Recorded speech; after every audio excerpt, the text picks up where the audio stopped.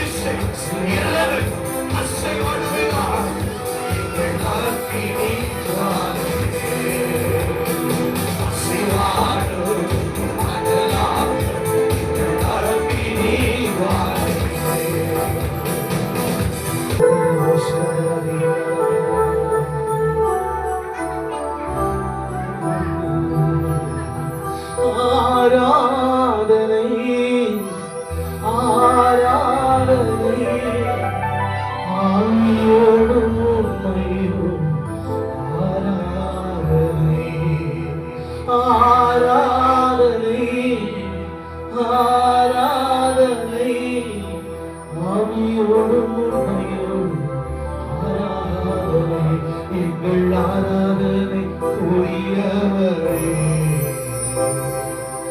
ஆராதனை செய்கின்றோம் எங்கள் துணைக்கு பாத்திரரே, துதிகளை செலுத்துகிறோம் ஆராதனைக்குரியவரே, ஆராதனை செய்கின்றோம் எங்கள் துதி பாத்திரரே. கரங்களை தட்டி பாடும். துதிகளை செலுத்துகிறோம் பயத்தோடு ஆமென் அடுக்கத்தோடு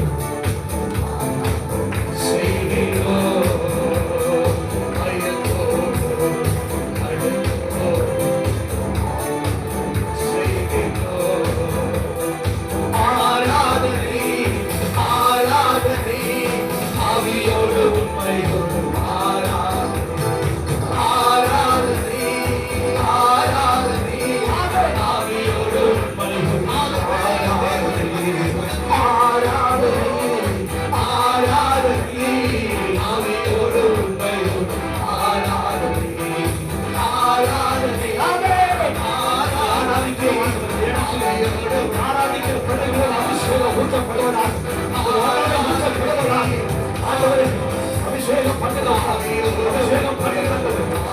ஆராதனைக்குள்ளாக அபிஷேகம் பண்ணுகிறோம்.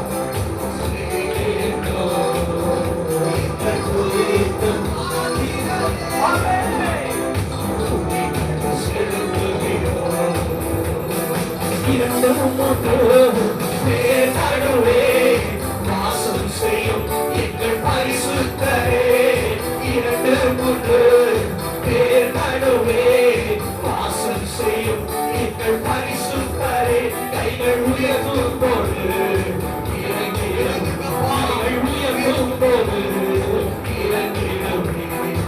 ஆராதனை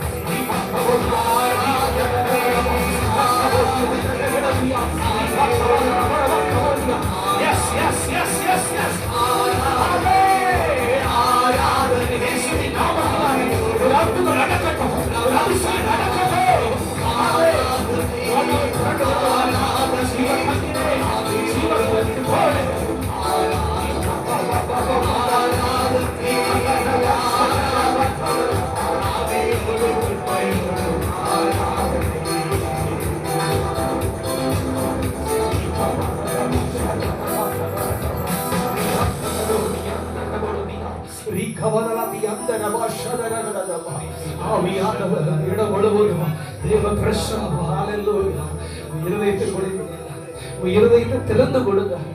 ஆவியானவர்களுக்குள்ளாக நிரம்ப கிளம்புங்க. ஹல்லேலூயா ஹல்லேலூயா ஹல்லேலூயா ஹல்லேலூயா ஹல்லேலூயா. 24 மணி நேரத்துல செத்து போயிடுன்னு சொன்னவனே, ஹல்லேலூயா, 24 மணி நிமிஷத்துல தேவன் அற்புதம் செய்த தேவன் உங்களுடைய வாழ்க்கையில செய்வார், உங்களுடைய வாழ்க்கையில செய்வார். ஹல்லேலூயா. உங்க வாழ்க்கையில என்ன நடந்தாலும் ஆண்டவர் உங்களுடைய வாழ்க்கையில அற்புதங்களை செய்வார்.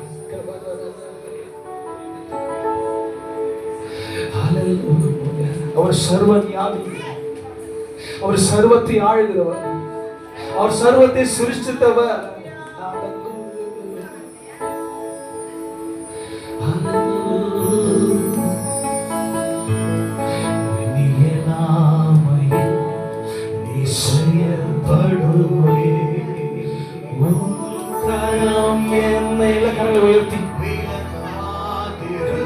யார் கண்களை திறந்து பார்க்க எல்லாரும் எழுந்து நின்று சின்ன பிள்ளைகளா எழுந்து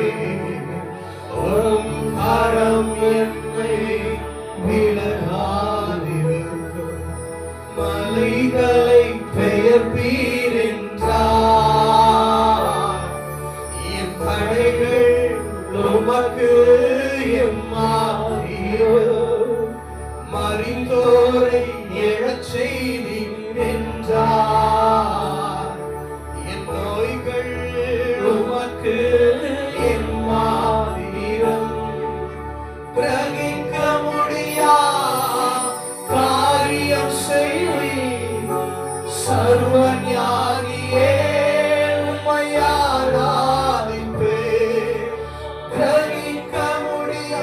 கணிக்க முடியாத காரியங்களை செய்யும் அவர் சர்வஞானியே. உம்மை ஆராதிப்பேன். கூடும் கையில் இரு பரிவாரமாக விலகாதிருக்கும் இரு கோளும் கையும் இரு பரிவாரமாக உம்மாலன்றி இதை யாரால் கூடும்? ஆகாயத்து பட்சிகளை போஷிப்பீரென்றார் என்னையும் போஷிப்பது நிச்சயமே. காட்டு புஷ்பங்களை கொடுத்துவது நீரே என்றார் என்னை குறையின்றி நடத்துவதும் நிச்சயமே. கிரகிக்க முடியா காரியம் செய்வீர் சர்வஞானியே. ஆராதிப்பேன். கிரகிக்க முடியா காரியம் செய்வீர் சர்வஞானியே.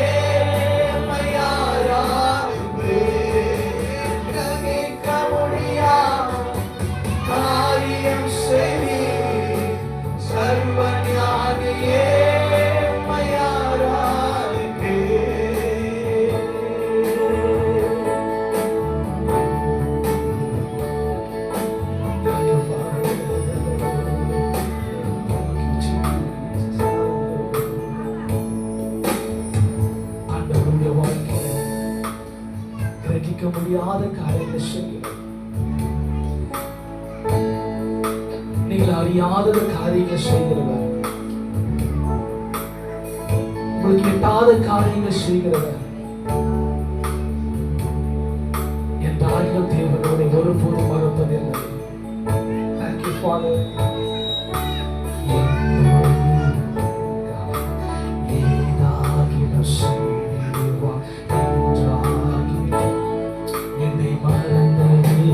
சொல்லுங்க last time.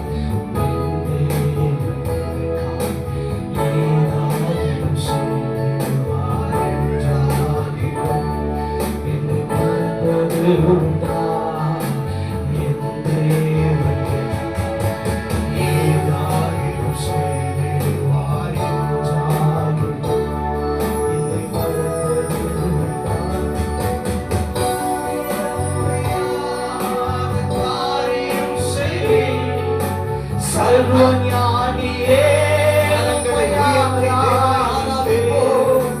கிரகிக்க முடியா காரியம் செய்வீர் சர்வஞானியே.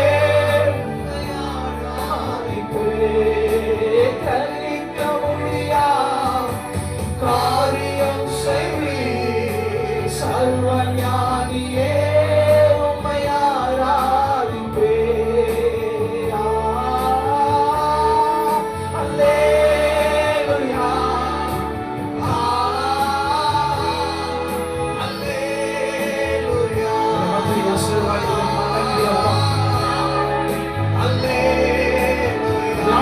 தேவன்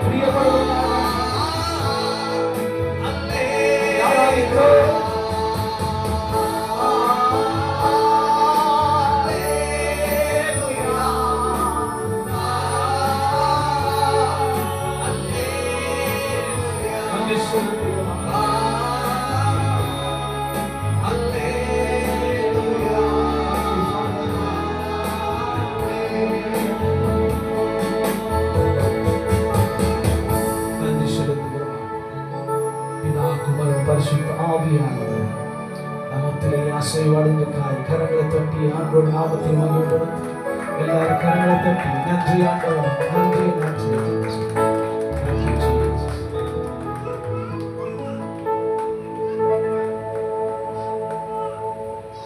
ஹல்லேலூயா. நம்ம எல்லாரும் அப்படியே முழங்கால் படிட்டு ஒரு 10 நிமிஷம் நம்ம ஜெபம் பண்ணலாம். நல்ல கண்ணை மூடி ஸ்தோத்திரம் பண்ணுங்க. வாய்களை திறந்து பரிசுத்த ஆவியானவர் இந்த மத்தியான நேரத்தில் நம்மோடு கூட இடைப்படும்படி ஆமென். கண்களை மூடி ஸ்தோத்திரம் பண்றவங்க நல்ல வாய்களை திறந்து ஸ்தோத்திரம் மன்றாட கிருபை வேண்டுமே, மடியோர்கள் கேட்க வேண்டுமே. ரெண்டு கைகளை உயர்த்தி நாம் ஜெபிப்பதற்கு தேவனுடைய பரிசுத்த ஆவியானுடைய ஒத்தாசை தேவை. அவர் நமக்காக வாக்கு கடங்காத பெருமூச்சுகளோடு வேண்டுதல் செய்கிறாரா? ஆமை ஸ்தோத்திரம். ஜெபிக்க வைப்பது அந்த பரிசுத்த ஆவியானவர் தான். நம்மை வேண்டுதல் செய்ய வைக்கிறது அந்த பரிசுத்த ஆவியானவர் தான். இந்த மத்தியான நேரத்துல வேண்டுதல் செய்வதற்கு, ஜெபிப்பதற்கும், விண்ணப்பம் பண்ணுவதற்கும் அவருடைய ஆமை ஸ்தோத்திர கிருபை, அவருடைய ஒத்தாசை தேவை. நம்முடைய பலத்தினால் ஜெபிக்க முடியாது, போராட முடியாது. கைகளை உயர்த்தி என் மேல அந்த மன்றாட்டின் அபிஷேகத்தை ஊற்றுங்கப்பா, எங்க மேல அந்த கிருபை, அந்த ஜபத்தின் ஆவியை ஊற்றுங்கப்பான்னு சொல்லி ரெண்டு கைகளை உயர்த்தி கண்களை மூடி ஸ்தோத்திரம் பண்ணி ஆண்டவரிடத்தில் அப்படியே கேளுங்க. என் மேல அந்த கிருபை, என் மேல அந்த அபிஷேகம், என் மேல அந்த ஜப ஆவியை ஊற்றுங்கப்பான்னு சொல்லி கைகளை உயர்த்தி மன்றாட கிருபை வேண்டுமே, அடியோர்கள் மீட்க வேண்டுமே. மன்றாட கிருபை வேண்டுமே, அடியோர்கள் மீட்க வேண்டுமே. இறங்குமையா மனம், இறங்குமையா, இறங்குமையா மனம், இறங்குமையா, இறங்குமையா மனம். சொல்லுங்க, பாடுங்க, இறங்குங்கப்பா.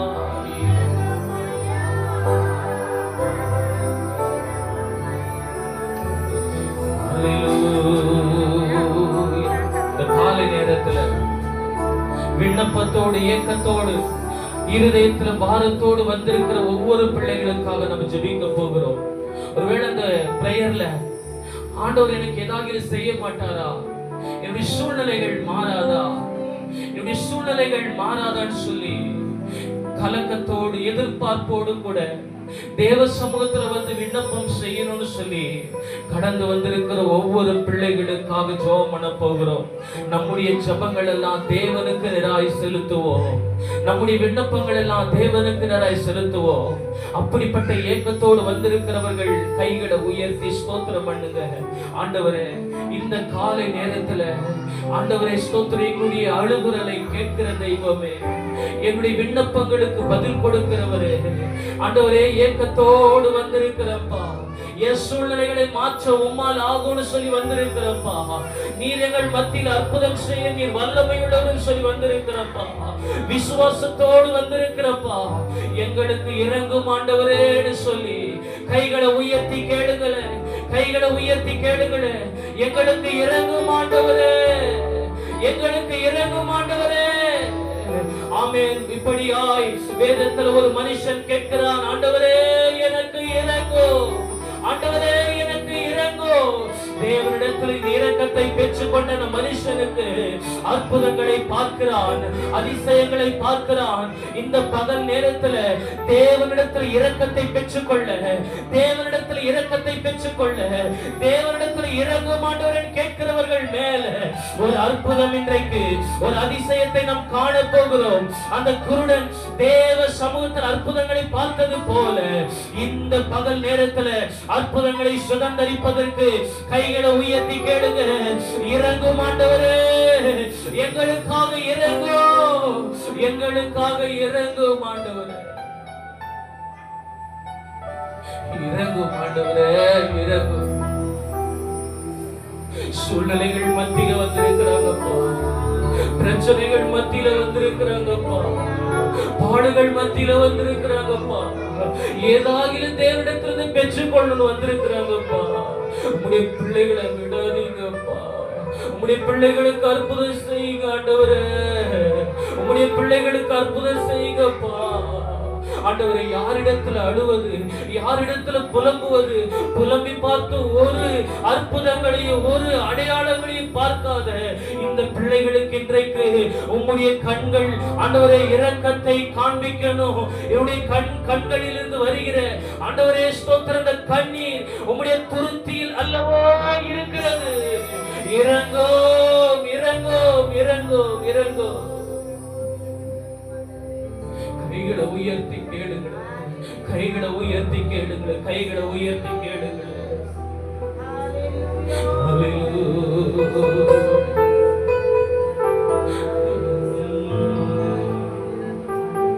ஆண்டவரை பார்த்து சொல்லுங்க,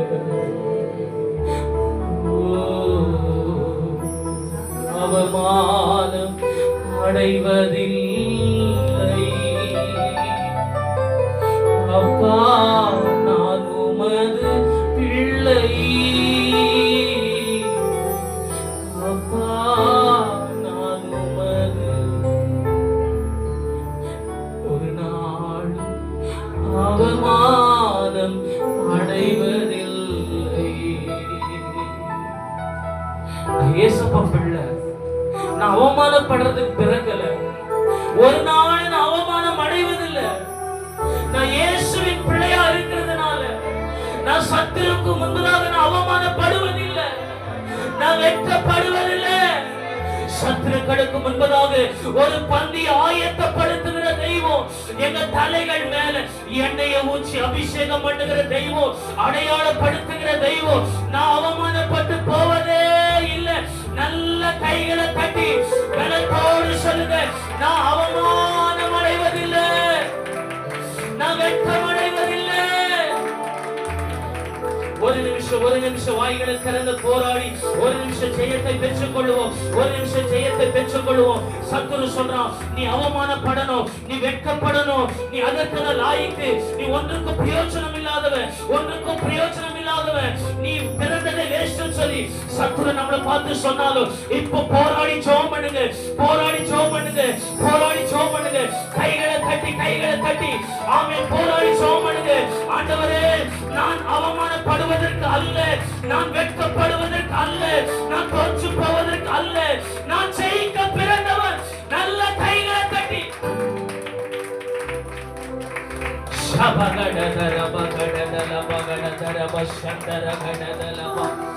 நம்மெல்லாம் ஜெயிக்க பிறந்தவர்கள். தேவனால் பிறந்ததல்ல, உலகத்தை ஜெயிக்கும், உலகத்தை ஜெயிக்கும். நீங்களும் நானும் தேவனால் பிறந்தவர்கள், தேவனுக்கென்று பிறந்தவர்கள், தேவனுக்காக வாழ்கிறவர்கள். உங்களுக்கு எனக்கும் ஜெயத்தை கட்டளையிட்டிருக்கிறார். மரணமும் ஜீவனும் நாவின் அதிகாரத்தில் அல்லவா இருக்கிறது.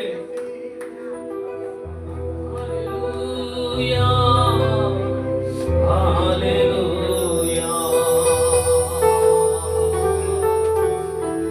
உடைந்த நொந்த உள்ளத்தோடே கூடவே இருந்து பாதுகாக்கின்றே.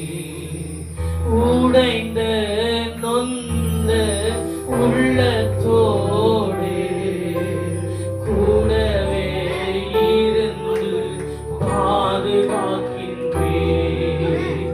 அநேக துன்பங்கள் சேர்ந்து வந்தாலும், அநேக துன்பங்கள் சேர்ந்து வந்தாலும், அனைத்து நின்றும் நீ விடுவிக்கின்றே.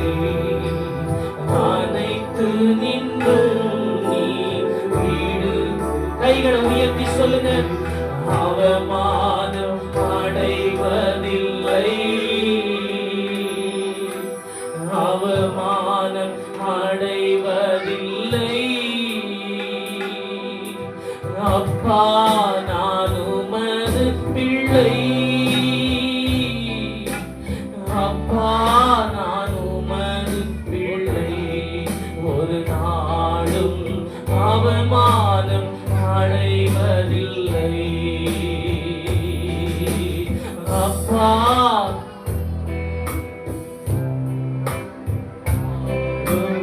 அவமானம்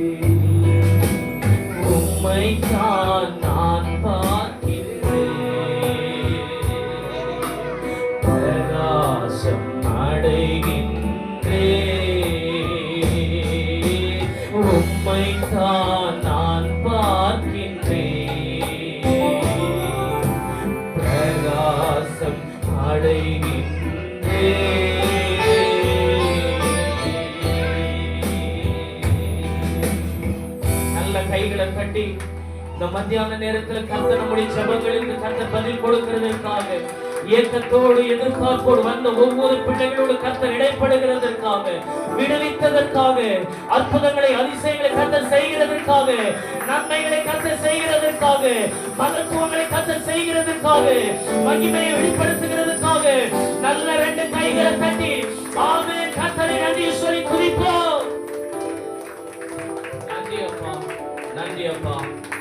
கிருபை உள்ள கரத்துக்குள்ள ஒப்பு கொடுக்கிறோம். நீர் எங்களோடு கூட இடைப்படும். இயேசுவின் நாமத்தில் ஜெபிக்கிறோம் பிதாவே. ஆமென், ஆமென், ஆமென். அமர்ந்து கொள்வோம். அல்லேலூயா, அல்லேலூயா. உற்சாகத்தோடு பலத்தோடு சொல்லுங்க அல்லேலூயா, அல்லேலூயா. பலத்தோடு சொல்லுங்க அல்லேலூயா. கர்த்தர் நல்லவர். விடுதலை உபவாச ஜெபத்திற்கு வந்திருக்கிறதான ஒவ்வொரு கர்த்தருடைய பிள்ளைகளுக்கும் இயேசுவின் நாமத்தினால வாழ்த்துக்கள். மனுஷர் அருமையான அண்ணன் விஸ்வநாத் ஐயா அவர்கள் நம்ம மத்தியில் வந்திருப்பது ரொம்ப சந்தோஷம். எத்தனை பேருக்கு சந்தோஷம்? அல்லேலூயா. நாங்களெல்லாம் ஆரம்ப நாட்கள்ல ஊழியத்துக்கு வருவதற்கு முன்பதாக எங்க பகுதியில ஊழியத்தை செய்யும் போது அவரை குறித்து அவரை நேரடியாக பார்த்துருக்கிறோம். அவருடைய வர்ஷிப், அவருடைய மெசேஜ் எல்லாம் எங்களுக்கு ரொம்ப உயிர்மிச்சு அடையும். அந்த நாட்கள்லேயே எங்களுக்கு ரொம்ப பிரயோஜனம் உள்ளதா இருந்துச்சு. இந்த நாளில் அவர் நம்ம மத்தியில் வந்திருப்பது எனக்கு ரொம்ப சந்தோஷம். உங்களுக்கு எப்படி? அல்லேலூயா. நிச்சயமாவே கர்த்தருடைய வார்த்தை இன்றைக்கு உங்களோடு கூட பேச போகிறாரு. நிச்சயமா உங்க கூட ஒவ்வொருத்தரோடு கூட ஆண்டவர் இடைப்பட போகிறார். அதுல எந்த சந்தேகமும் இல்லை. நம்ம மத்தியில தேவனுடைய வல்லமையுள்ள ஊழியக்காரர் வந்திருப்பது ரொம்ப சந்தோஷம். கைகளை தட்டி ஆமென். இந்த ஊழியக்காரர் மத்தியில வரவேற்கலாம். நல்ல பலத்தோடு கைகளை தட்டலாமா? ஆமென், ஆமென், ஆமென். தொடர்ந்து ஆமென் அருமையான ஊழியக்காரரிடத்தில் நாம் கொடுப்போம். அவர் தொடர்ந்துள்ள பகுதிகளை அவர் நடத்துவாங்க. ஆவியானவர் அவருக்கு எப்படி லீட் பண்றாரோ அவர் நடத்துவாங்க.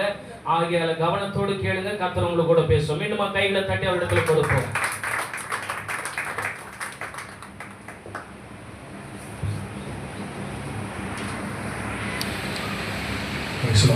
ஆண்டவராகிய இயேசுவின் நாமத்தில் ஆசீர்வதிக்கப்பட்ட விடுதலை உபவாச நாளிலே யாவரையும் சந்திப்பதிலே மிகவும் மகிழ்ச்சி அடைகிறேன்.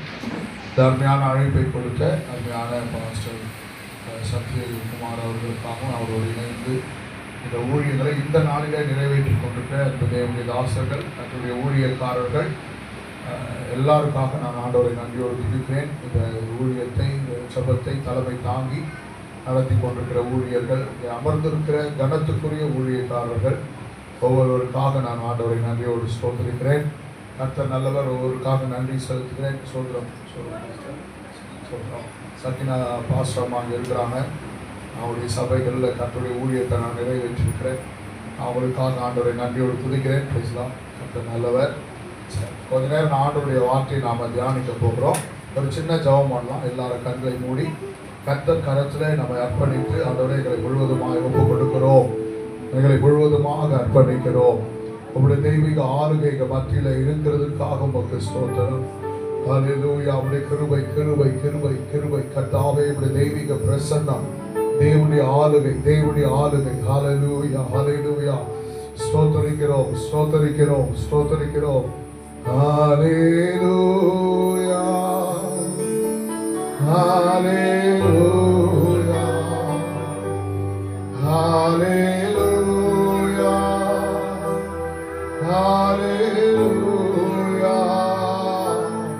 ஹல்லேலூயா,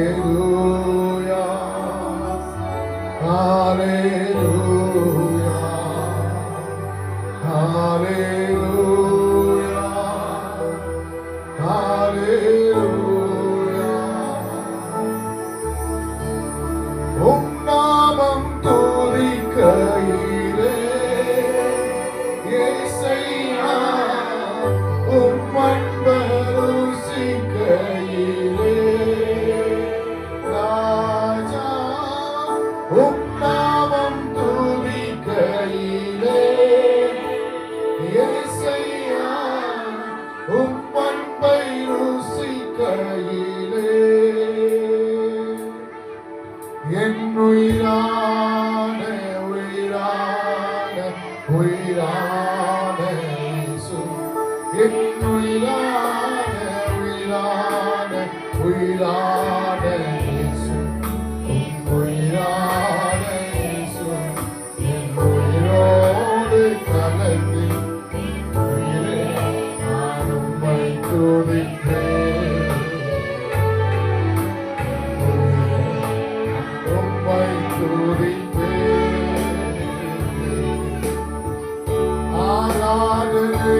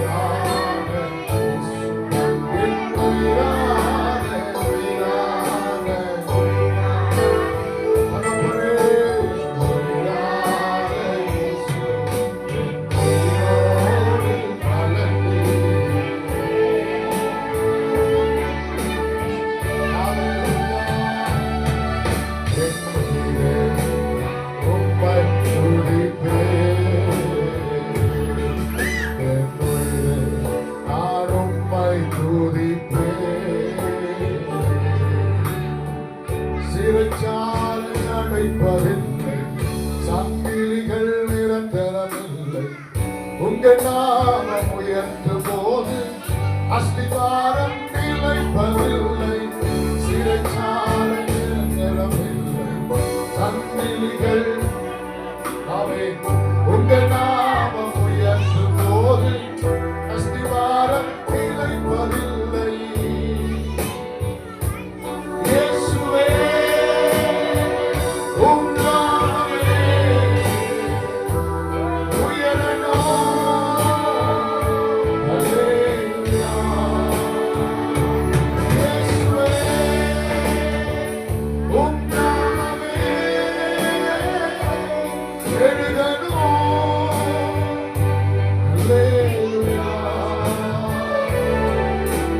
நாமம் உயரணும், மேன்மையடையணும், ஆடுவோம் ஆடுவோம்.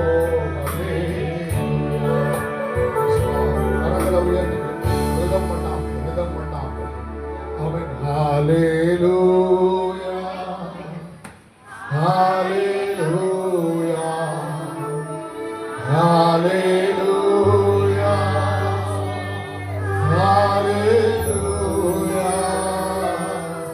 யாவே ஹல்லேலூயா ஹல்லேலூயா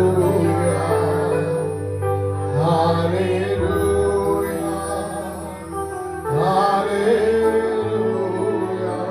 தகப்பனே, உன் கரங்களை அர்ப்பணிக்கிறோம். இந்த தெய்வீக ஆளுகைக்காக பிரசன்னத்திற்காக உமக்கு ஸ்தோத்திரம்.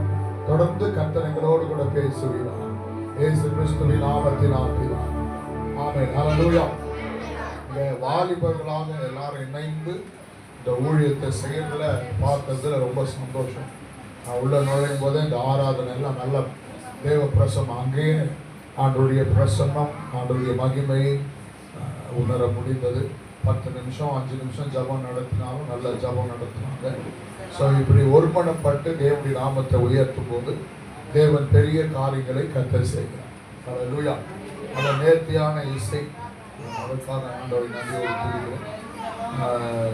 கர்த்தர் இன்னும் பெரிய காரியங்களை நம் வாழ்க்கையில செய்வார். ஆமென். நியாயாதிபதியின் புஸ்தகம் 6ஆம் அதிகாரம். நியாயாதிபதிகள் 6ஆம் அதிகாரம் 11ஆம் வசனத்தை ஒருவர் வாசிங்க. 11ஆம் வசனம். நியாயாதிபதிகள் 6:11. அதற்கு பின்பு கர்த்தருடைய தூதனானவர் வந்து அபியேஸ்ரியனான யோவாசின் ஊராகிய ஒப்ராவில் இருக்கும் ஒரு கர்வாலி மரத்தின் கீழ் உட்கார்ந்தார். அப்பொழுது அவனுடைய குமாரன் கிதியோன் கோதுமையை மீதியானியரின் கைக்கு தப்புவிக்கிறதற்காக ஆலைக்கு சமீபமாக அதை போரடித்தான். அல்லேலூயா. ஆலைக்கு சமீபமான ரோமன் கேத்தலிக் பைபிள்ல, ஆர்சி பைபிள் எழுதப்பட்டிருக்கு திராட்சை ரசம் தயாரிக்கும் இடம். அதாவது திராட்சை ரசம் தயாரிக்கும் இடம், திராட்சை ரச ஆலை. இப்போ கிதியோன் என்ன செய்யறாரு? கோதுமைய எங்க போரடிக்கிறாரா? திராட்சை ரச ஆலைக்கு சமீபத்தில், அதனுடைய அந்த சமீபத்தில் கொண்டு வந்து போரடிக்கிறார். நல்லா கவனிங்க. ஒரு அறுவடைக்கு பின்னாடி அந்த அறுவடையை அறுத்த பின்பு போரடிப்பதற்குன்னு வயல்வெளிகள்ல களம் இருக்கும். எல்லா கிராமங்கள்ல பாத்தீங்கன்னா வயல் நிலங்கள்ல களம் இருக்கும். களத்துல தான் போரடிப்பாங்க. இப்ப களத்துல போரடித்து காலங்கள் போய் இந்த கிதியோன் என்ன செய்யறாரு? தன்னுடைய கோதுமை அறுவடை செய்து எல்லாத்தையும் அவர் கட்டி எங்க கொண்டு வரார் அப்படின்னா திராட்சை ரச ஆலைக்கு சமீபமாக கொண்டு வருகிறார். அதுக்கு என்ன சம்பந்தம்? களத்துல தானே போரடிக்கணும். போரடிக்க வேண்டிய இடத்துல போரடிக்காம இந்த கோதுமை எல்லாவற்றையும், தன் அறுவடை எல்லாவற்றையும் இந்த கிதியோன் திராட்சை ரச ஆலைக்கு சமீபமா அதை கொண்டு வந்து, அந்த திராட்சை ரசத்துக்கு ஆலைக்கு சமீபமா அந்த ஆலையினுடைய மறைவிடம், அந்த மறைவிடத்துல அங்க கொண்டு வந்து போரடித்து தன்னுடைய கோதுமையை எல்லாவற்றையும் சேர்த்து கொண்டு தன் வீட்டுக்கு கொண்டு போகிறான். அப்ப ஏன் இந்த இடத்துக்கு வரணும்? அதுக்கு இதுக்கு என்ன சம்பந்தம் அப்படின்னா, நீங்க 6ஆம் அதிகாரத்துல, நியாயாதிபதிகள் 6ஆம் அதிகாரத்துல நீங்க 4ஆம் வசனத்திலிருந்து நீங்க வாசிக்கும் போது 3ஆம் வசனத்திலிருந்தே வாசிக்க பார்க்கலாம். இஸ்ரவேலர் விதைத்திருக்கும் போது மீதியானியரும் அமலேக்கியரும் கிழக்கத்தி புத்திரரும் யாருக்கு விரோதமான? இஸ்ரவேலருக்கு விரோதமாய் வந்து அவங்களுக்கு எதிரே பாளையம் இறங்கி காசாவின் எல்லை மற்றும் நிலத்தின் விளைச்சல்களை கெடுத்து விடுவார்கள். அல்லேலூயா. இந்த மீதியானியுடைய வேலை என்ன அப்படின்னா, இஸ்ரவேல் ஜனங்க கஷ்டப்பட்டு விதைப்பாங்க. அது அந்த விளைச்சல் வரும்போது இந்த மீதியானியர் என்ன பண்ணுவான்? அந்த விளைச்சலையே கெடுத்துருவான். கெடுத்துட்டு அதுக்கப்புறம் என்ன பண்ணுவான்? இஸ்ரவேலின் ஆகாரத்தை ஆகிலும், அடுத்தது ஆடு மாடுகள் கழுதைகளை ஆகிலும் வைக்காதே போவார்கள். அல்லேலூயா. அது மாத்திரம் இல்ல, அதுக்கு பிறகு நீங்க வாசிக்கும் போது அவர்கள் தங்கள் மிருக ஜீவன்களோடும் தங்கள் கூடாரங்களோடும் வெட்டுக்கிளியை போல திரளாய் வருவார்கள். அவர்களும் அவர்கள் ஒட்டகங்களும் எண்ணி முடியாதிருந்தது. இந்த பிரகாரமாய் தேசத்தை கெடுத்துவிட அதிலே வருவார்கள். அல்லேலூயா. இப்படி மீதியானியராலே இஸ்ரவேலர் மிகவும் சிறுமைப்பட்டார்கள். அப்போது இஸ்ரவேல் புத்திரர் கர்த்தரை நோக்கி முறையிட்டார்கள். எல்லாம் கவனிக்க. இந்த கிதியோன் தன் அறுவடையை போரடிக்கிற களத்தில் போரடிக்காம திராட்சை ரச ஆலைக்கு சமீபமாய் ஒரு மறைவிடத்திற்கு கொண்டு வந்ததுக்கு காரணம் என்னன்னா, இவங்க கஷ்டப்பட்டு விதைப்பாங்க. அது நல்லா விளைச்சலை கொடுத்து அறுவடை செய்யும் போது அந்த மீதியானர் வந்து எல்லாத்தையும் கொள்ளையடிச்சு போயிடுவான். அல்லேலூயா. இது ஒரு முறை அல்ல, ஒவ்வொரு முறையும் இது இப்படியே நடக்கும். கஷ்டப்பட்டு சம்பாதிக்கிறவன் ஒருத்தன், கஷ்டப்பட்டு விதைக்கிறவன் ஒருத்தன், கஷ்டப்பட்டு வேலை செய்யறவன் ஒருத்தன். ஆனா அந்த அறுவடையை கொள்ளையடித்து கொண்டு போகிறவன் மற்றொருவன். ஆமென். அல்லேலூயா. இன்னைக்கு அநேகருடைய வாழ்க்கையில கஷ்டப்பட்டு சம்பாதிப்போம், கஷ்டப்பட்டு உழைப்போம், கஷ்டப்பட்டு வேர்வை சிந்தி ஓடி உழைத்து சம்பாதிக்கிற பணம் எல்லாம், சம்பாத்தியம் எல்லாம் ஏதோ ஒரு வல்லமை கொள்ளையடித்து கொண்டு போய்விடும். அது வியாதியின் வல்லமையா இருக்கலாம், அல்லது கடன் பிரச்சனை, வாரம் வட்டிக்கு வட்டி, இந்த வட்டி அந்த வட்டி, மாத வட்டி, வார வட்டி, ஸ்பீடு வட்டி, கந்து வட்டி, என்னென்ன வட்டியோ இன்னைக்கு மக்கள் தம்முடைய பிள்ளைகள் கஷ்டத்துல அவங்க தங்கள் கடன் வாங்குகிறதுனால தன் கடனை அடைக்க முடியாமல் சம்பாதிக்கிறதெல்லாம் ஏதோ ஒரு வழியில போய் விடுகிறது. அல்லேலூயா. கொஞ்சம் சம்பாதிச்சாலும் மருத்துவமனைக்கு போனா இந்த ஸ்கேன், அந்த ஸ்கேன், இந்த மருந்து, அந்த மருந்து, இவ்வளவு ட்ரீட்மெண்ட், திடீர்னு ஆபரேஷன் பண்ணணும், இந்த காரியம் பண்ணணும் சொல்லி சம்பாதிக்கிறதெல்லாம் கொஞ்சம் கொஞ்சம் சேர்த்து வச்சா கூட அதையெல்லாம் இன்றைக்கு ஏதோ ஒரு வழியில போய் விடுகிறது. அல்லேலூயா. ஏதோ ஒரு வழியில தேவையில்லாத நஷ்டங்கள், தேவையில்லாத இழப்புகள், தேவையில்லாத பொருளாதார இழப்புகள், வாகனம் திடீர்னு பழுதாகும், வீட்டில் இருக்கிற பொருட்கள் திடீர்னு பழுதாகும். இன்னைக்கு எத்தனையோ காரியங்கள் நம் வாழ்க்கையில இழப்புகளாய் வருது. கஷ்டப்படுறோம், சம்பாதிக்கிறோம், ஓடுறோம், உழைக்கிறோம், சிறுக சிறுக நம்முடைய பிள்ளைகளுடைய எதிர்காலத்துக்காக சேர்த்து வைக்கிறோம். ஆனால் ஏதோ ஒரு வல்லமை மீதியானதை போல நம்முடைய ஆசீர்வாதங்களை கொள்ளையடித்துக் கொண்டு போகிறது. அவைகள் காணாமல் போகிறது. வேதம் என்ன சொல்லுது? உன் கையின் பிரயாசத்தை நீ சாப்பிடுவாய். அதான நியாயம். நாம கையின் பிரயாசத்தை நாம தானே சாப்பிடணும். ஆனா இன்னைக்கு நாம சாப்பிட முடியல. இன்னைக்கு நம் கையின் பிரயாசத்தை உலகத்தார், துன்மார்க்கன், இந்த உலகத்தில் இருக்கிற வல்லமைகள் பறித்து கொண்டு போகிறது. அததான் அங்க கிதியோன் பார்க்கிறாரு. நான் கஷ்டப்பட்டு விதை விதைக்கிறேன், நான் கஷ்டப்பட்டு ஓடி ஓடி உழைக்கிறேன், நான் கஷ்டப்பட்டு ராத்திரி பகலும் வேர்வை சிந்தி உழைக்கிறேன், இந்த மீதியானவர் வந்து கொள்ளையடித்துட்டு போயிடறானேன்னு சொல்லி ஒரு திட்டம் பண்ணினான். அல்லேலூயா.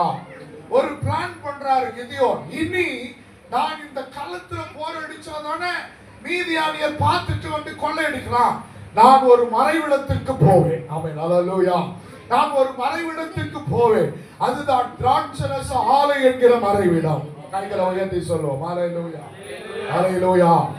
திராட்சரச ஆலை என்கிற மறைவிடம். நான் இந்த மறைவிடத்துக்கு போய் என் அறுவடையை, என் சம்பாத்தியத்தை, என் உழைப்பை, என்னுடைய பணத்தை, என்னுடைய ஆசீர்வாதத்தை இந்த மறைவிடத்தில் கொண்டு வரும்போது அது பாதுகாக்கப்படும் சொல்லி அவர் பிளான் பண்ணி அந்த ஆலை நிலத்துல வந்து போரடித்தார். தன் கோதுமையை சந்தோஷமா எடுத்து கொண்டு போனார். இன்றைக்கு நம்ம ஆசீர்வாதங்களை, நம்மை, நம் சரீரத்தை, நம்முடைய குடும்பத்தை, ஆவிக்குரிய ஜீவியத்தை எல்லாவற்றுக்கும் ஒரு மறைவிடம் தேவை. ஆமென். அல்லேலூயா. எந்த இடத்துல எது திறந்து கிடக்குதாங்க, போற வரவங்க எல்லாம் அதை கொள்ளையடிப்பாங்க. போற வரவங்க எல்லாம் கொள்ளையடிப்பாங்க. அதுக்கு உத்தரவாதம் இல்லை. தோட்டத்தில் இருக்க அத்தி மரத்துக்கும் ரோடு ஓரத்தில் இருக்க அத்தி மரத்துக்கும் வித்தியாசம் உண்டு. ஆமென். அல்லேலூயா. தோட்டத்தில் இருக்க மாமரத்துக்கும் ரோடு ஓரத்தில் இருக்க மாமரத்துக்கும் வித்தியாசம் உண்டு. தோட்டத்தில் இருக்க மரத்துக்கு உத்தரவாதம் உண்டு, பாதுகாப்பு உண்டு, அரவணைப்பு உண்டு, போஷிப்பு உண்டு. ஆனா ரோட்டு ஓரங்கள்ல இருக்கிறது யார் வேணா கல்லடிப்பான். அல்லேலூயா சொல்லுவான். உத்தரவாதம் இல்லை. இன்னைக்கு நாம யார் வேணா கொள்ளையடித்து கொண்டு போவதற்கு நாம் சாதாரண மனிதர்கள் அல்ல, தேவனுடைய பிள்ளைகள். நமக்கு பாதுகாப்பு உண்டு, நமக்கு அரவணைப்பு உண்டு, நமக்கு கர்த்தர் இருக்கிறார், நமக்கு மறைவிடம் இருக்கிறது. எந்த தேவ பிள்ளைகள் மறைவிடத்தில் ஒளிந்து கொள்கிறார்களோ அவர்களை கர்த்தர் பாதுகாத்து நடத்துகிறார். அல்லேலூயா. இன்றைக்கு நம்முடைய வாழ்க்கையை ஆண்டவருடைய மறைவிடத்துக்கு ஒப்பு கொடுக்கணும். அதான் 91ஆம் சங்கீதத்துல வேதம் என்ன சொல்றது? உன்னதமானவரின் மறைவிடத்தில் இருக்கிறவர் சர்வ வல்லவருடைய நிழலில் தங்குவான். அதுக்கப்புறம்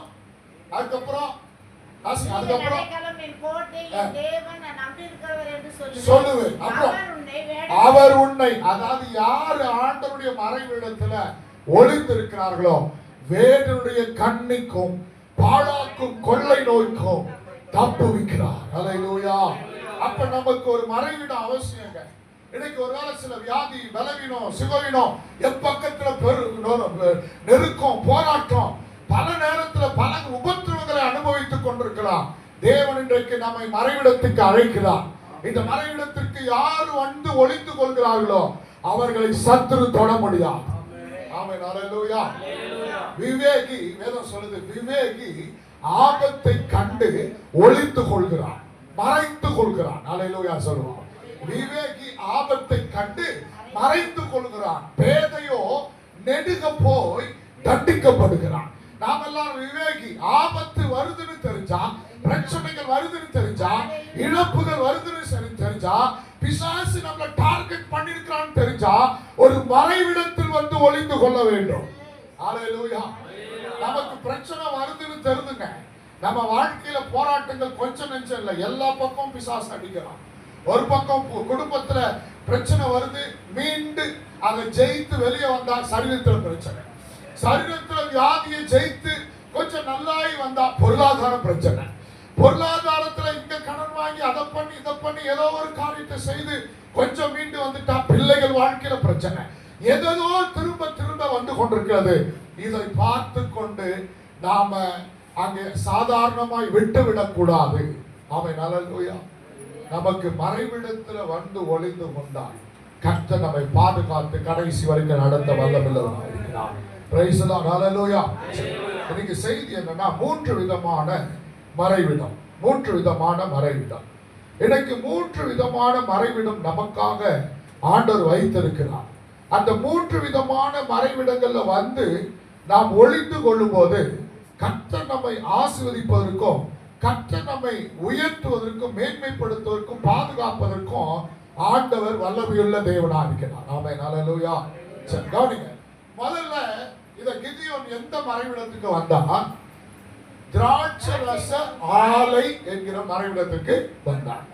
வேதம் சொல்லுது, ஏசாயா தீர்க்கதரிசன புத்தகம் 63ஆம் அதிகாரம் 2 வசனங்கள் நீங்க வாசிச்சீங்கன்னா, ஏசாயா தீர்க்கதரிசன புத்தகம் 63 2 மற்றும் 3, உம்முடைய உடுப்பு சிவப்பாகவும் உம்முடைய வஸ்திரங்கள் ஆலையை மிதிக்கிறவன் வஸ்திரங்கள் போலவும். யாரை பற்றி எழுதப்பட்டிருக்கிறது? இயேசு கிறிஸ்துவை பற்றிய தீர்க்கதரிசனம். இயேசு கிறிஸ்துவின் உடுப்பு எப்படி இருந்ததா? சிவப்பாகவும், உம்முடைய வஸ்திரங்கள் ஆலையை மிதிக்கிறவனுடைய வஸ்திரங்கள் போலவும் இருக்கிறது. என்ன? ஹல்லேலூயா. அப்படின்னா ஆலை, திராட்சரச ஆலை எப்படி இருக்கும் அப்படின்னா, கவனிங்க. இன்னைக்கு தான் எல்லாத்துக்கும் மிஷன்ஸ். அன்னைக்கு வந்து அவங்க காலிலே மிதிப்பாங்க. மிதித்து திராட்சை பழங்களை காலாலேயே மிதித்து அதை இடிச்சு அதுக்கு பிறகு அதுக்கு செய்ய வேண்டிய காரியங்கள் எல்லாம் செய்வாங்க. எல்லாம் கவனிங்க. அப்படி மிதிக்கும் போது அந்த திராட்சை பழத்துடைய சாறு அந்த மிதிக்கிறனுடைய ஆடையில, அந்த உடுப்புல படுமா. அந்த ட்ரெஸ்ல படும்போது அந்த ட்ரெஸ் ரத்தம் சிந்தினவனுடைய உடுப்பை போல இருக்குமா. ஹல்லேலூயா. அதான் இங்க எழுதப்பட்டிருக்கிறது, உம்முடைய உடுப்பு சிவப்பாகவும் உம்முடைய வஸ்திரங்கள் ஆலையை மிதிக்கிறவனுடைய வஸ்திரங்கள் போலவும் இருக்கிறது. என்ன அப்படின்னா, இயேசு சிந்தின அந்த ரத்தம், ஆண்டவருடைய ரத்தம் அந்த உடல் முழுவதும், வஸ்திரம் முழுவதும் சிவப்பாக அந்த ரத்தத்தினால் நிரப்பப்பட்டதுனால இங்க சொல்றாங்க, திராட்சரச ஆலையில ஒருவன் மிதிக்கும் போது எப்படி அவன் இருப்பானோ அது போல உம்முடைய உடுப்பு இருக்கிறது. என்ன அப்ப இந்த திராட்சரச ஆலை எதை காண்பிக்கிறது? அல்லது இந்த திராட்சை ரசம் ஆவிக்குரிய அந்த வார்த்தையில எதை காண்பிக்கிறது அப்படின்னா, இயேசு கிறிஸ்துவின் ரத்தத்தை காண்பிக்கிறது. ஹல்லேலூயா. திராட்சை ரசம் எதை காண்பிக்கிறது? இயேசு கிறிஸ்துவின் ரத்தத்தை காண்பிக்கிறது. திராட்சை ரசத்தை ஆலைக்கு சமீபமா போனா அந்த ரத்தம் இயேசுவின் ரத்தத்துக்கு சமீபமாக அந்த மறைவிடத்துக்கு யார் நம்மை இயேசுவின் ரத்தத்தினால் மூடிக்கொள்கிறோமோ பிசாசு நம்மை ஒருபோதும் அசைக்க முடியாது, தொட முடியாது. சத்துருவின் வல்லமைகள் இயேசுவின் ரத்தத்தை தாண்டி ஒரு மனதினை தொட முடியாது. கைகளை உயர்த்தி சொல்லுவோம். ஹல்லேலூயா. அப்ப நாம் ஆண்டவராகிய இயேசு ரத்தத்திலே நம்மை மூடிக்கொள்ள வேண்டும். ஆண்டவர் ரத்தத்தினால் என்னை கழுவும், ரத்தத்தினால் என்னை மூடிக்கொள்ளும். வேதம் சொல்லுது, இயேசு கிறிஸ்துவின் ரத்தம் சகல பாவங்களையும் நீக்கி சுத்திகரிக்கிறது. இயேசுவின் ரத்தம் பாவத்தை மட்டும் இல்ல, சாபத்தை நீக்குது. இயேசுவின் காயங்கள் வியாதியை சுகமாக்குகிறது. இயேசுவின் ரத்தம், வேதம் சொல்லுது, கீழையாத்தில் பிசின் தைலம் இல்லையோ, அங்கே ரணவைத்தின் இல்லையோ, பின்ன ஏன் என் குமாரத்தை சுஸ்தமாகாமல் போனான்? அப்ப அந்த ரத்தம் ஒரு மனிதனை சுகமாக்கக்கூடிய ரத்தம். ஹல்லேலூயா. அந்த ரத்தத்தின் மறைவிடம் ஒரு மனிதனை பாதுகாக்கிற மறைவிடமாக இருக்கிறது. அதனாலதான் இயேசு நமக்காக ரத்தம் சிந்தினார். இந்த ரத்தம் சாதாரண ரத்தம் அல்ல.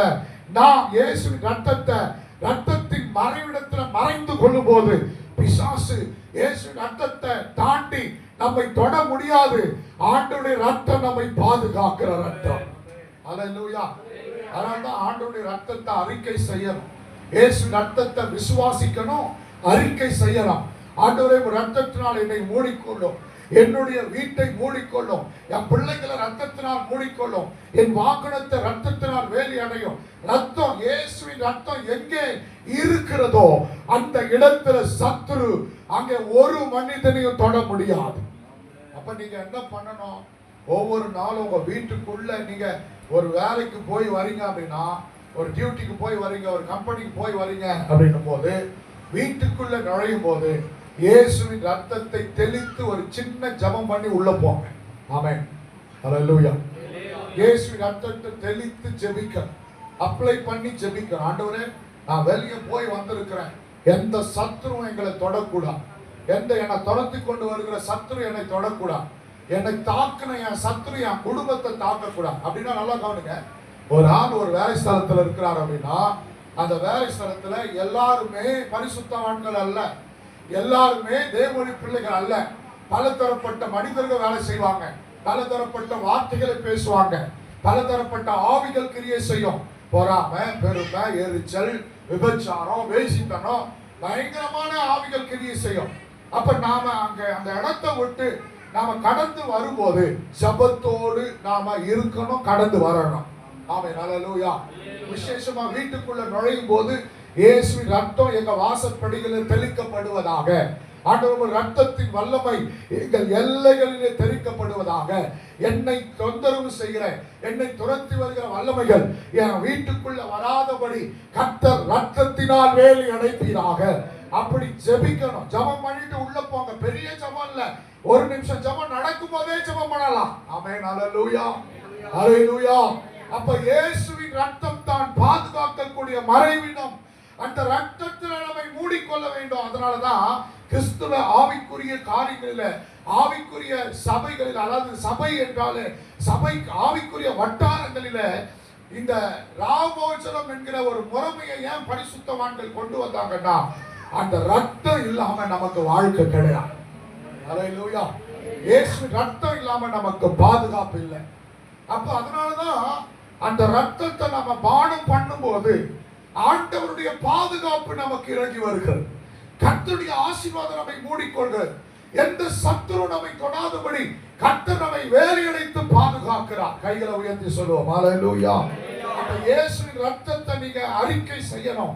அப்படி செய்து ஜெபிக்கும் போது ஆண்டவருடைய ரத்தமே சத்துருவை மேற்கொள்ளுகிற ஒரு மிகப்பெரிய வல்லமையுள்ள ஆயுதமாக இருக்கு. வேதம் சொல்லு வெளிப்படுத்தின விசேஷத்துல ஆட்டுக்குட்டியின் ரத்தத்தினாலும் சாட்சியின் வசனத்தினாலும் அவனை ஜெயித்தார்கள். ஹல்லேலூயா. பிசாசை ஜெயிக்கக்கூடிய ஆயுதம் எது? ஆட்டுக்குட்டியானவருடைய ரத்தம். இயேசுவின் ரத்தம் இல்லாம நாம ஒருபோதும் ஒரு சத்துருவையும் ஜெயிக்க முடியாது. ஹல்லேலூயா. ஆண்டவர் கரத்துல நம்மளை ஒப்பு கொடுத்து ஆண்டவருக்கு ரத்தத்தின் வல்லமை எங்களை பாதுகாக்கட்டும். சொல்லுங்க, என் குடும்பத்தை பாதுகாக்கட்டும். ஒரு சின்ன ஜெபம் பண்ணுங்களேன். என் குடும்பத்தை உங்க ரத்தத்தின் மறைவிடத்துக்கு கொண்டு வருகிறேன். சொல்லுங்க, என் குடும்பத்தை உங்களுடைய ரத்தத்தின் மறைவிடத்துக்கு கொண்டு வருகிறேன். என் கணவனை உங்களுடைய ரத்தத்தின் மறைவிடத்துக்கு கொண்டு வருகிறேன். என் மனைவிய உங்களுடைய ரத்தத்தின் மறைவிடத்துக்கு கொண்டு வருகிறேன். என் பிள்ளைகளை உங்களுடைய ரத்தத்தின் மறைவிடத்துக்கு கொண்டு வருகிறேன். என் வீடு, என் வீட்டின் எல்லைகள், எனக்கு கொடுத்திருக்கிற வாகனங்கள், எனக்கு கொடுத்திருக்கிற ஆசீர்வாதங்கள், பொருட்கள் எல்லாம் ஒரு ரத்தத்தின் ஆளுகைக்கு கொண்டு வருகிறேன். இயேசுவின் ரத்தம் பாதுகாப்பதாக. எங்க உணவு, நாங்க உண்ணுகிற உணவுல ஒரு ரத்தத்தின் வல்லமை இறங்குவதாக. நாங்க சுவாசிக்கிற காற்று ரத்தத்தின் வாசனை இறங்கி வருவதாக. ஆண்டவரே, நாங்க தங்கி இருக்கிற இடத்தில் ஒரு ரத்தத்தின் வல்லமை. ஹல்லேலூயா. ஓ நேசரின் ரத்தம் என் மேலே நெருங்காது சாத்தா. நேசரின் ரத்தம் என் மேலே நெருங்காது சாத்தா. வாசல்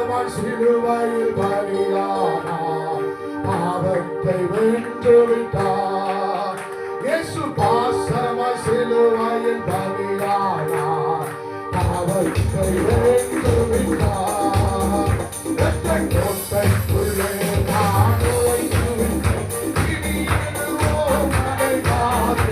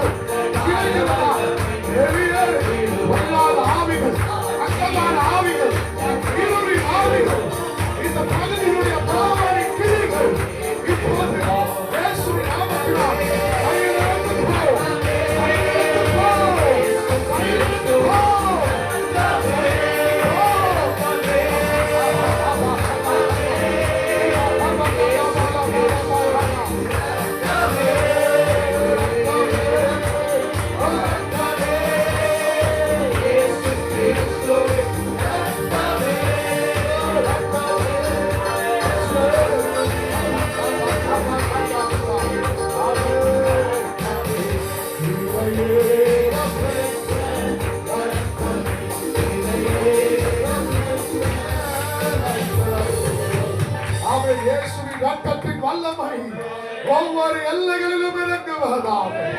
கர்த்தருடைய ரத்தமே எங்களை பாதுகாக்கிற மறைவு நீர் பாதுகாத்து வழிநடத்துவீராக. இயேசுவின் நாமத்தினால் பிதாவே. ஆமென். ஹல்லேலூயா. தினமும் நீங்க உங்க பிரச்சனைகள், உங்க பிள்ளைகள், உங்க சூழ்நிலைகள், உங்க சரீரத்தின் பலவீனங்களா இருக்கட்டும், இயேசுவின் ரத்தத்துக்கு கொண்டு வாங்க. ஆமென். இரண்டாவது ஒரு மறைவிடத்தை நான் உங்களுக்கு காண்பிக்க விரும்புகிறேன். ஆதியாகம புத்தகம் 19ஆம் அதிகாரத்தை எடுத்துக்கொள்ளுங்க. ஆதியாகம புத்தகம் 19ஆம் அதிகாரம். ஒருத்தர் 3ஆம் வசனத்தை ஒருத்தர் வாசிச்சிருக்கு. அதுக்கப்புறம் 10 இருந்து வாசிப்போம்.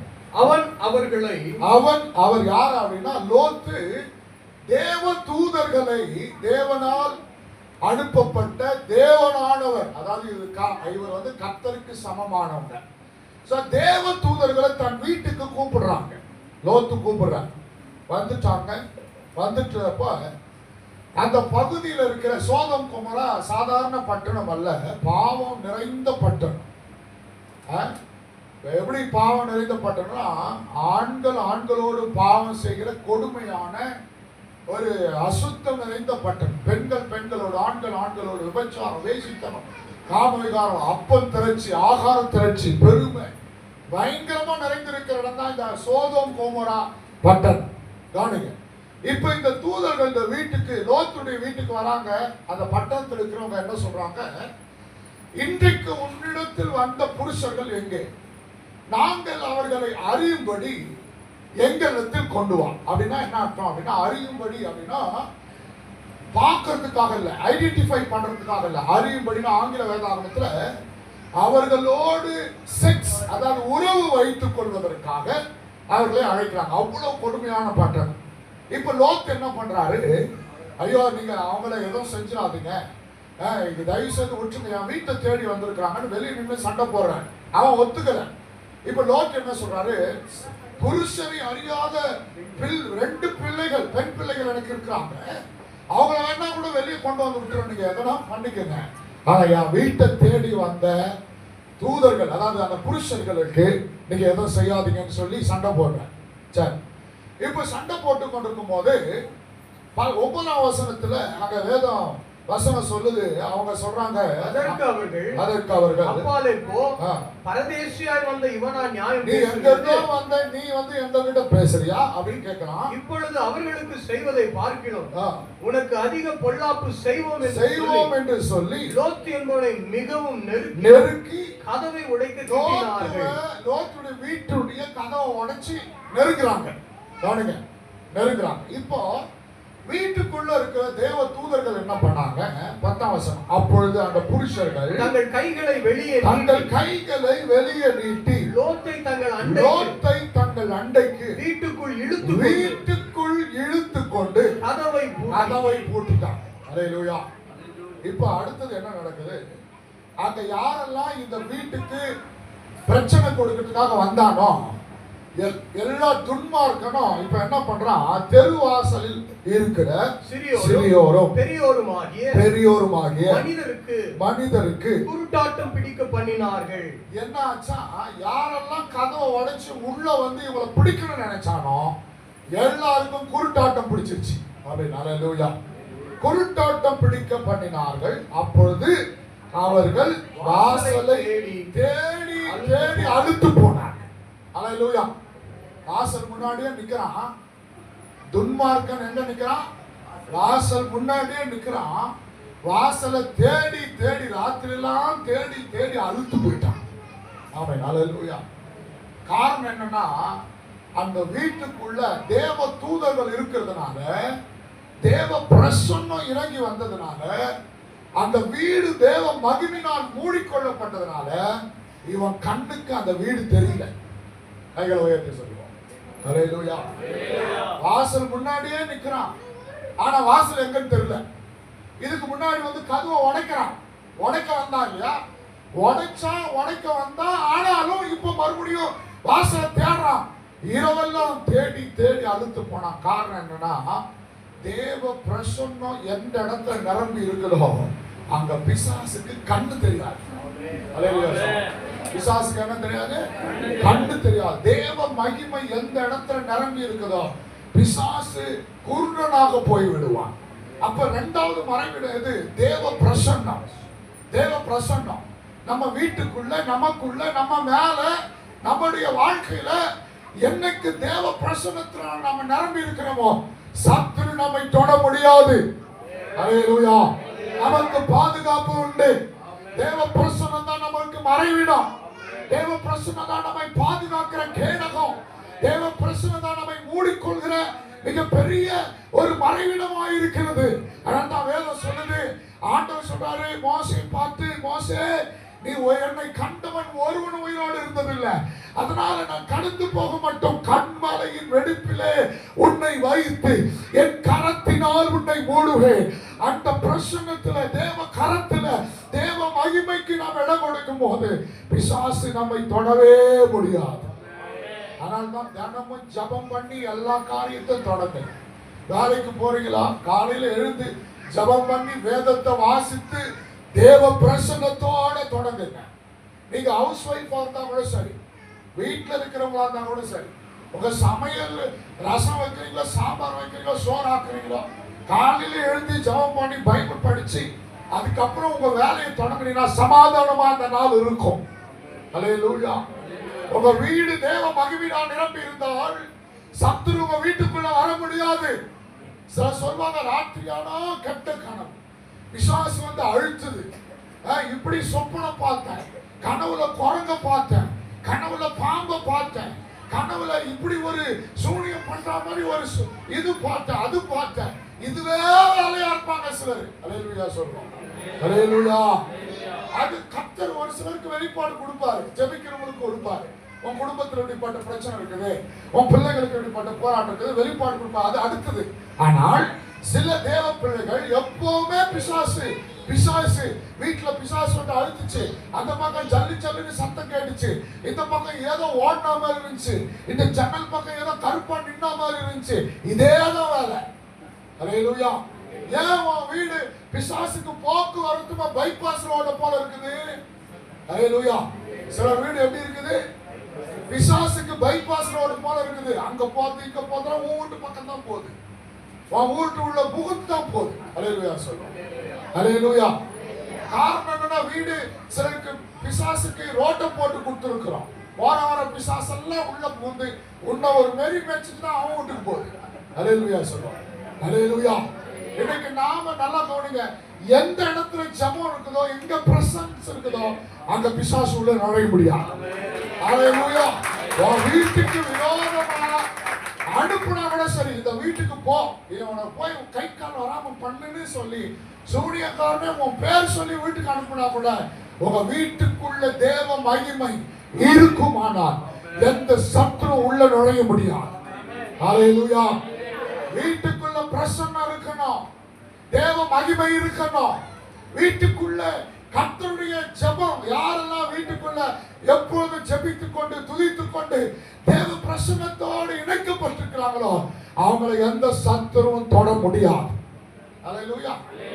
வீட்டுல ஜெபம் இருக்குதா, பாடல் சத்தம் இருக்குதா, தேவனை துதித்து பாடுகிற பாடல் சத்தம் இருக்குதா, உங்க வீட்டுக்குள்ள தேவ தூதர்கள் போக்குவரத்து இருக்குதா? தேவ தூதர்களுடைய போக்குவரத்து இருக்கணும். ஆமென். வேதம் சொல்லுது, யாக்கோபு அவர் தலைக்கு ஒரு கல்லை வச்சுன்னு படுத்தாராம். கொஞ்ச நேரம் அவர் படுக்கும் போது ஒரு சொப்பனம் பார்த்தான். ஒரு பெரிய ஏணியை பார்த்தாராம். அந்த ஏணி பூமிக்கும் வானத்துக்கும் உயரம், அவ்வளவு பெரிய ஏணியா இருந்ததா. அந்த ஏணியில தேவ தூதர்கள் இறங்குகிறவர்கள் ஏறுகிறவர்களுமாக இருந்தார். அல்லேலூயா. எனக்கு உங்க வீட்டுக்குள்ள எது இறங்குது, எது ஏறுது? அல்லேலூயா சொல்லுவாங்க.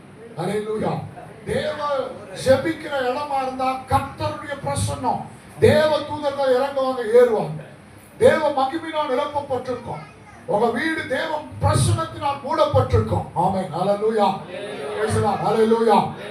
நல்லா கவனிங்க, ஜெபம் இல்லாத வீட்டுல சத்துரு உள்ள நுழைந்து அந்த வீட்டை அலக்கழித்து கொண்டிருப்பான். நாம ஜெபிக்கிறவர்களா மாறணும், தேவனை துதிக்கிறவர்களா மாறணும். நம்ம வீட்டுக்குள்ள தேவ பிரசன்னத்தை கொண்டு வருகிறவர்களா மாறணும்.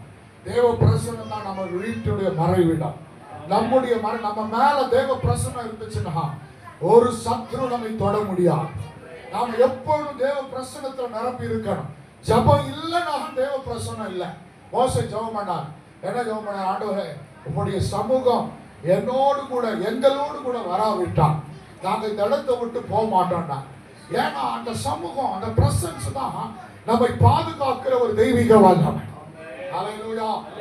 சிவந்த சமுத்திரத்தை யார் ரெண்டா பிளந்தது? நீங்க சொல்லுங்க. சிவந்த சமுத்திரத்தை யார் ரெண்டா பிளந்தது? தெரிஞ்சவங்க சொல்லுங்க. யார் ரெண்டா பிளந்தது? தெரியலன்னு நினைக்கிறேன்.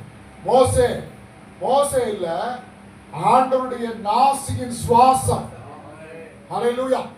யாத்திராகமம் 15ஆம் அதிகாரம் 8ஆம் வசனத்துல வாசிச்சீங்கன்னா, ஆண்டவருடைய நாசியின் சுவாசம், அவருடைய காற்று, அந்த பிரசன்னம், ஆண்டவர் நடந்து வரும்போது அவருடைய காற்று, அந்த மகிமை அந்த சிவந்த சமுத்திரத்தை இரண்டாக பிளந்த.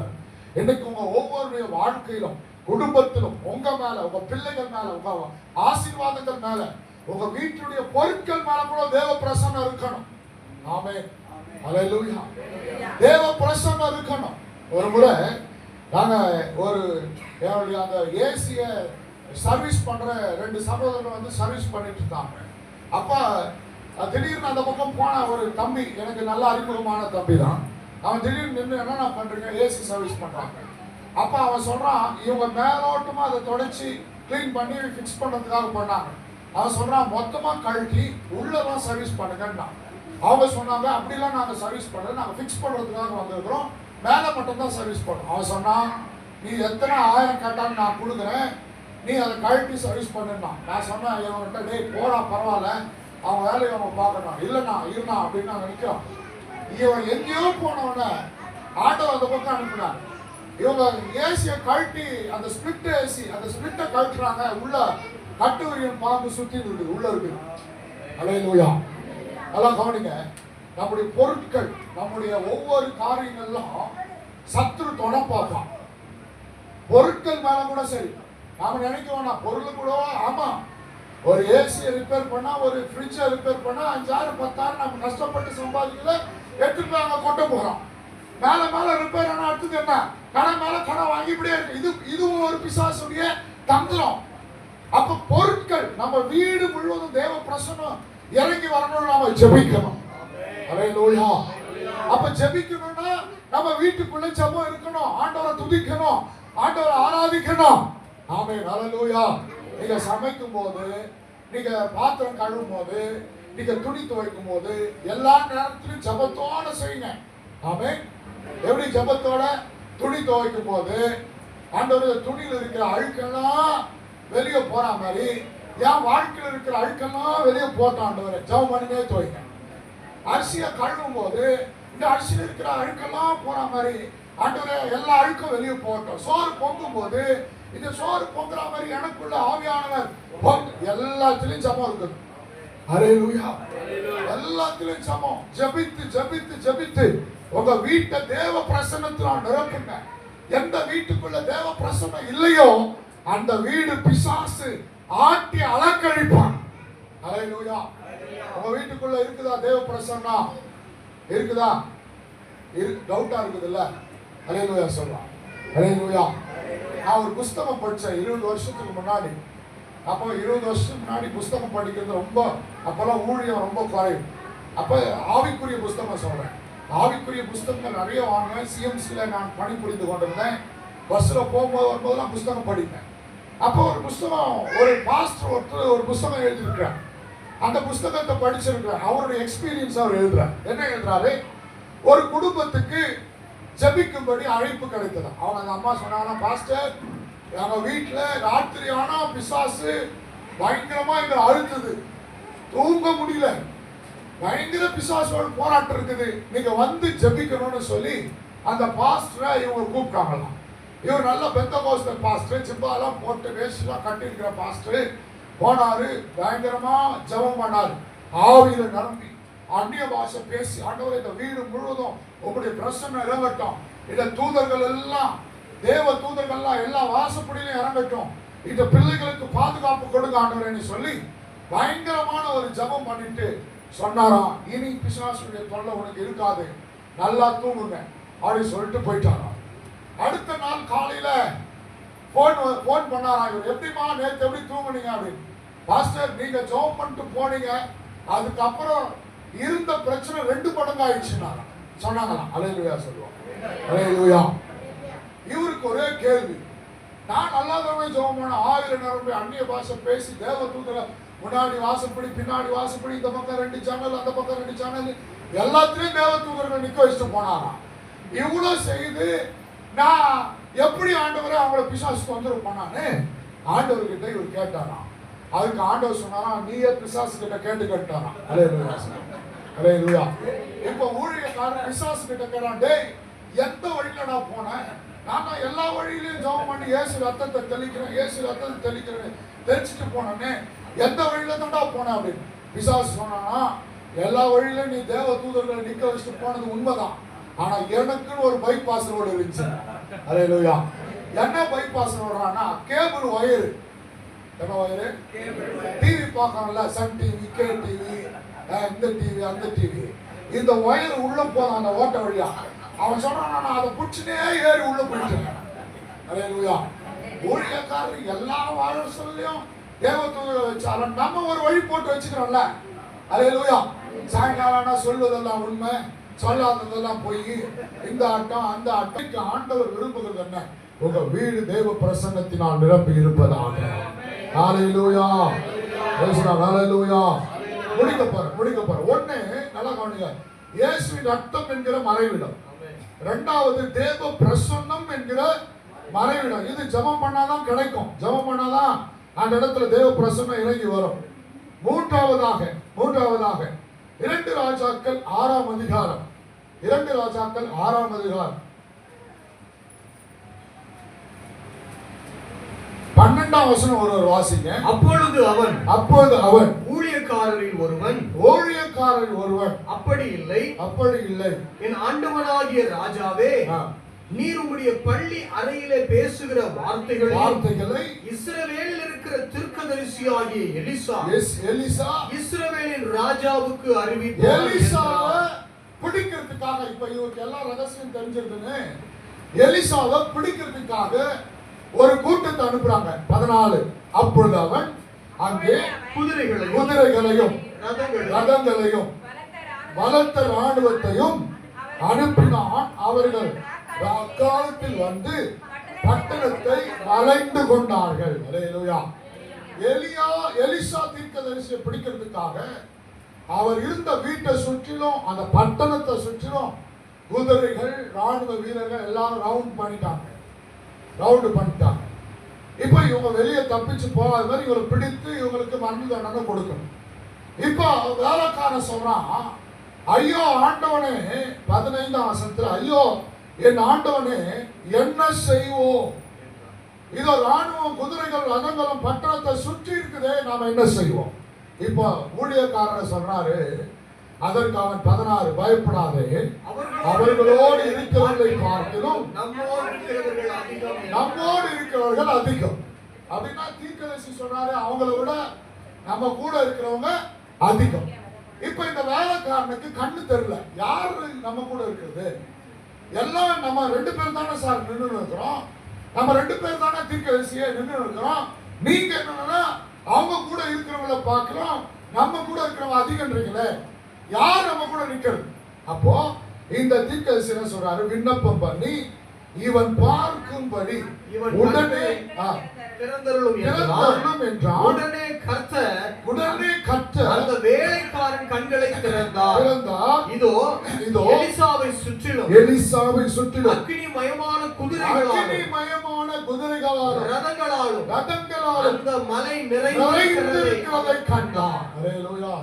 நல்லா பாருங்க, வெளியே போய் பார்த்தா ராணுவத்தை பார்க்கலாம், உள்ள வந்து தீர்க்கதரிசி பக்கத்துல பார்த்தா தேவனுடைய சேனையை கண்டார். அல்லேலூயா. அப்ப ஒரு மனுஷனுக்கு 3வது மறையிடம் ஒரு ஊழியக்காரனோடு நின்று அந்த ஊழியத்தில் அந்த தரிசனத்தில் தோள் கொடுத்து அவங்க கூட நீங்க ஐக்கியமா இருந்தாலே ஒரு பாதுகாப்பு. அல்லேலூயா. இப்போ என் டீம் இருக்குது, என்னோட 20 பேருக்கு மேல இருக்கிறாங்க என் டீம்ல. இப்ப என் டீமுக்கு உத்தரவாதி யாருன்னா நான் தான். ஜெபம் பண்ணி அவங்களுக்கு ஒரு பாதுகாப்பு, ஆண்டவரே அவன் இங்க போறான் அங்க போறான், பாதுகாப்பு கொடுங்க. அவன் சில நேரத்தில் ஜெபத்தில் பலவீனமா இருந்தாலும் நான் அவங்களுக்காக ஜெபிக்கிறதுனால, என்னோடு கூட இணைந்து இந்த தரிசனத்தில் அவங்க ஓடுறதுனால எனக்கு என்ன பாதுகாப்போ அதே பாதுகாப்பை கர்த்தர் அவர்களுக்கு தருகிறார். அப்ப நீங்க ஒரு ஊழியக்காரர், உங்களுக்கு ஒரு உபதேசத்தை சொல்கிறவர்கள், உங்களுக்காக ஜெபிக்கிறவர்கள், ஊழிய செய்வோடு இணைந்து நீங்க நின்னாலே ஒரு பெரிய பாதுகாப்பு. அல்லேலூயா. நீங்க இணைந்து ஓடினாலே, ஒரு ஊழியக்காரனோடு இணைந்து நானும் வரேன், நானும் ஜெபம் பண்றேன், நானும் உங்க கூட சேர்ந்து பாட்டு பாடுறேன், நானும் உங்க கூட சேர்ந்து இதெல்லாம் செய்யறேன், இதை ரெடி பண்றேன், இதை பாய போடுறேன், இந்த தண்ணியை கொண்டு வந்து வைக்கிறேன், இந்த இடத்தை தரேன், அந்த இடத்தை தரேன், அங்க பண்ணுங்க இங்க பண்ணுங்க. தரிசனத்தோடு இணைந்து ஓடினால் கர்த்தருடைய பாதுகாப்பு இருக்கும். ஏனென்றால் நாம ஒரு அபிஷேகம் பண்ணப்பட்ட தேவ ஊழியரோடு இருக்கும் போது சத்துரு நம்மை தொடுவதற்கு யோசிப்பான், சத்துரு நம்மை தொட முடியாது. தரிசனம் பெற்ற தேவ பிள்ளைகளோடு, தரிசனம் பெற்ற ஊழியர்களோடு இணைந்து நம்மால் இயன்ற ஊழியத்தை தாங்குகிறதும் உழைக்கிறதும் கொடுக்கிறதும் ஏதோ ஒரு காரியத்தை நம்ம செய்யும் போது தேவனுடைய பாதுகாப்பு நம்ம கூட இருக்கும். அல்லேலூயா. இந்த வேலைக்கார தீர்க்கதரிசி பக்கத்துல நின்னா பாதுகாப்பு, வெளியே போனா கத்துறான். அல்லேலூயா. பக்கத்துல நின்னா பாதுகாப்பு, வெளியே போய் பார்த்தால் ராணுவத்தை கண்டு பயப்படுகிறான். நீங்க தேவனுடைய ஊழியரோடு அல்லது ஊழியக்காரரோடு, நீங்க போற சர்ச்சில் உங்க பாஸ்டரோடு, பாஸ்டர்மாவோடு, உங்களுடைய ஊழியர்களோடு நீங்கள் இணைந்து அந்த தரிசனத்தோடு ஓடும்போது கர்த்தர் ஒரு விசேஷித்த பாதுகாப்பை தருகிறார். அல்லேலூயா. 3 மறைவிடம் நல்லா கவனிங்க. 1 இயேசுவின் ரத்தம், 2வது பிரசன்னம், அது ஜெபம் பண்ணாதான் கிடைக்கும், 3வது தேவனுடைய ஊழியக்காரரோடு இருக்கிற ஐக்கியம். இது 3மே நமக்கு பாதுகாப்பு. இந்த 3ஐயும் நீங்க விடாம ஒவ்வொரு நாளும் ஆண்டவருடைய பிரசன்னத்துல இருக்க உங்களை அர்ப்பணிப்பீர்களானால் எந்த சத்ரு உங்களை தொட முடியாது. உங்கள் ஆசீர்வாதத்தை பிசாசு பறித்துக் கொள்வதற்கு பல நேரத்தில் போராடலாம். சிலரெல்லாம் சொல்றாங்க, என் கணவன் முதல் மாதிரி இல்லை, என்னை நேசிக்கிறது இல்லை, எப்ப பாரு சண்டை போடுறாரு, எப்ப பாரு போராட்டம் பண்றாரு. அப்ப அவர் சிந்தனை எங்கேயோ மாறி இருக்குது. நீங்க ஜெபம் பண்ணணும். தேவ பிரசன்னம் வந்தாதான் விடுதலை ஆவார். நீ கத்துறதுனாலயோ சண்டை போடுறதுனாலயோ குடிகார கணவனையோ இல்லை எந்த கணவனையும் மாற்ற முடியாது. நீ கண்ணீர் விடுறதுனாலே அழுவதுனாலயோ இல்லை நீங்க உருண்டு பரண்டு பஞ்சாயத்து வைக்கிறதுனாலயோ யாரையும் மாற்ற முடியாது. ஒண்ணுதான் ஜெபம், தேவ பிரசன்னம். ஆண்டவர் தான் மாற்ற முடியும். இன்னைக்கு ஆண்டவருக்கு ஒப்பு கொடுத்த உன் ஆசீர்வாதத்தை காத்துக்கொள். உன் கணவனை, உன் மனைவியை, உன் பிள்ளைகளை, உன் வீட்டை, உன்னுடைய ஆசீர்வாதங்களை, உன் பொருளாதாரத்தை, உன் பணத்தை, உன் சுகத்தை, ஆரோக்கியத்தை எல்லாவற்றையும் காத்துக்கொள்ள மறைவிடத்துக்கு வந்தான். கர்த்தர் பாதுகாக்கிறார். ஹல்லேலூயா. கிதியோன் தன்னுடைய அறுவடையை, கோதுமையை அங்கே திராட்சை ரச ஆலை என்கிற அந்த மறைவிடத்துக்கு, அந்த சமீபத்துக்கு கொண்டு போனார். அதை பாதுகாத்துக் கொண்டான். எல்லாரும் கண்களை மூடி ஜெபிப்போம். ஆண்டவரே, எங்களை ஒப்பு கொடுக்கிறோம், எங்களை ஒப்பு கொடுக்கிறோம், எங்களை அர்ப்பணிக்கிறோம், எங்களை அர்ப்பணிக்கிறோம். ஹல்லேலூயா. ஓ ஹல்லேலூயா. மறைவிடமே, உறைவிடமே. ஆமென். கர்த்தர் சமூகத்துல கர்த்தர் நம்முடைய மறைவிடமா இருக்கிறார். மறைவிடத்துல இருக்கிற தேவ பிள்ளைகள் ஒரு நாளும் அவர்களை சத்துரு தொடவே முடியாது, தொடவே முடியாது, தொடவே முடியாது. கர்த்தர் கரத்தில் ஒப்பு கொடுத்த ஆண்டவரை முழுவதுமாக எங்களை ஒப்பு கொடுக்கிறோம். ஹல்லேலூயா. ஸ்தோத்திரம் ஆண்டவரே, ஸ்தோத்திரம், ஸ்தோத்திரம், ஸ்தோத்திரம். Praise the Lord. Hallelujah. Hallelujah. Hallelujah. Hallelujah. Hallelujah. ஓ மகிமைப்படுத்துகிறோம், மகிமைப்படுத்துகிறோம். ஆமென். ஹல்லேலூயா. ஹல்லேலூயா. கர்த்தாவே, உம்முடைய பிரசன்னத்துக்கு ஒப்பு கொடுக்கிறோம். ஆண்டவரே, கரத்தில் ஒப்பு கொடுக்கிறோம். உன்னதமானவரே, உயர் மறைவில் இருக்கிறவர், சர்வ வல்லவரே, நிழலில் தங்குவார். இது வரமசியாகியவே. சர்வ வல்லவரே, நிழலில் தங்குவார். இது வரமசியாகியவே. அவர் செட்டாயிற்று அடைக்கலம் புகவே, நம் சீராகுதலால் கூடுவார். அவர் செட்டாயிற்று அடைக்கலம் புகவே, நம் சீராகுதலால் கூடுவார்.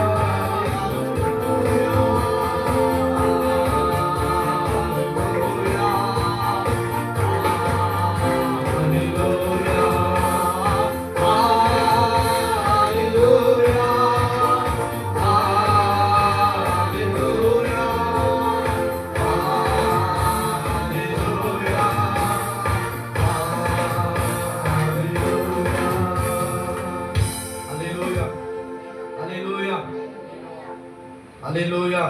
உற்சாகமா இருக்கீங்களா? கொஞ்சம் வெயில், அவ்வளோதான் முடிச்சிட ஒரு 2-3 நிமிஷத்துல இந்த கூட்டத்தை முடிவு செய்யப்படும். கொஞ்சம் பொறுத்துக்கங்க, ரொம்ப வெயில் என்னாலே முடியல, ரொம்ப ஹீட்டா வர இருக்குது.